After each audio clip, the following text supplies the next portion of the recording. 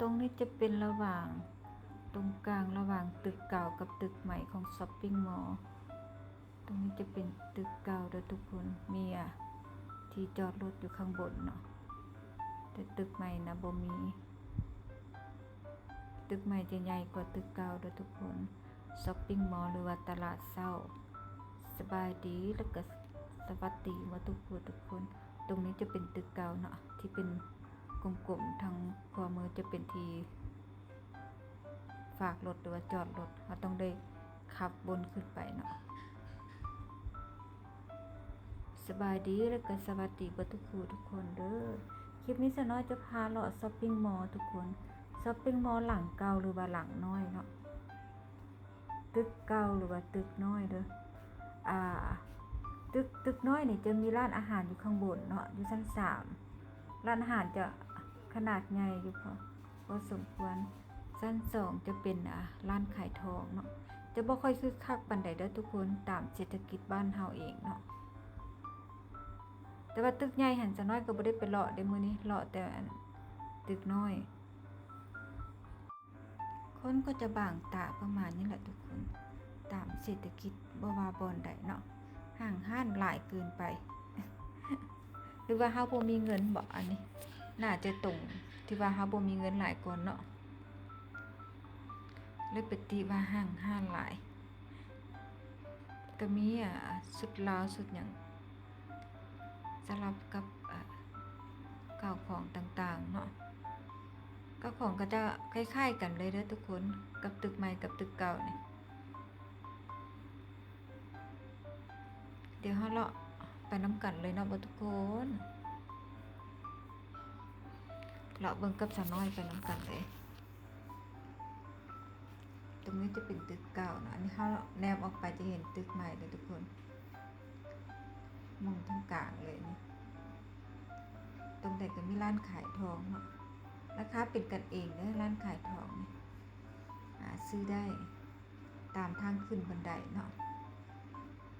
ของช้อปปิ้งมอลล์หลังเก่าหลังใหม่มีเบิดมีทุกรูปแบบให้สรรหาเลือกเลยทุกคนทอง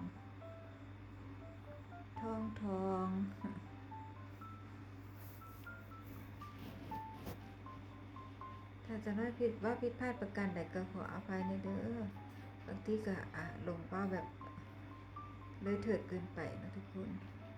ขอโทษขออภัยมาณโอกาสนี้เด้อฝากเพื่อนๆพี่ๆช่วยเป็นกำลังใจกดไลค์กดเลิฟให้อีสาวน้อยเด้อเพื่อเป็นกำลังใจให้ทำคลิปต่อไปอันตึกสูงๆหันแม่น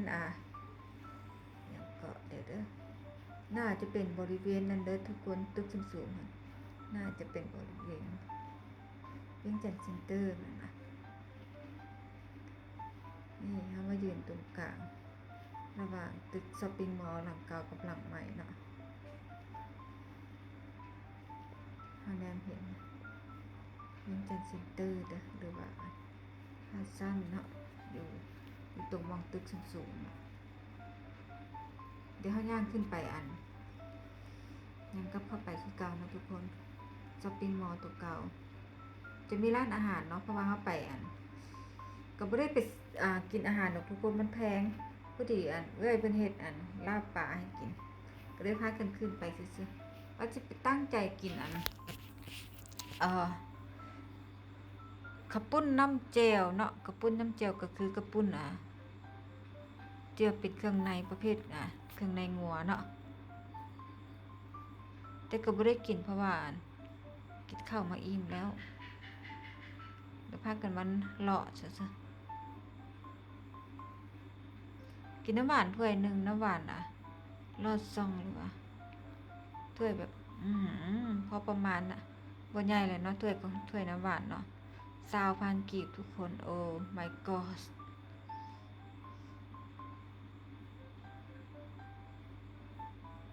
เราไปน้ำกันเลยทุกคนชมบรรยากาศไปน้ำกันเงียบเหงาซึมเศร้าตามสถานการณ์เลยขอบคุณทุกกำลังใจที่แวะเวียนเข้ามาหาเด้อขอบคุณมากๆขอบคุณมากมายมาณโอกาสนี้ด้วย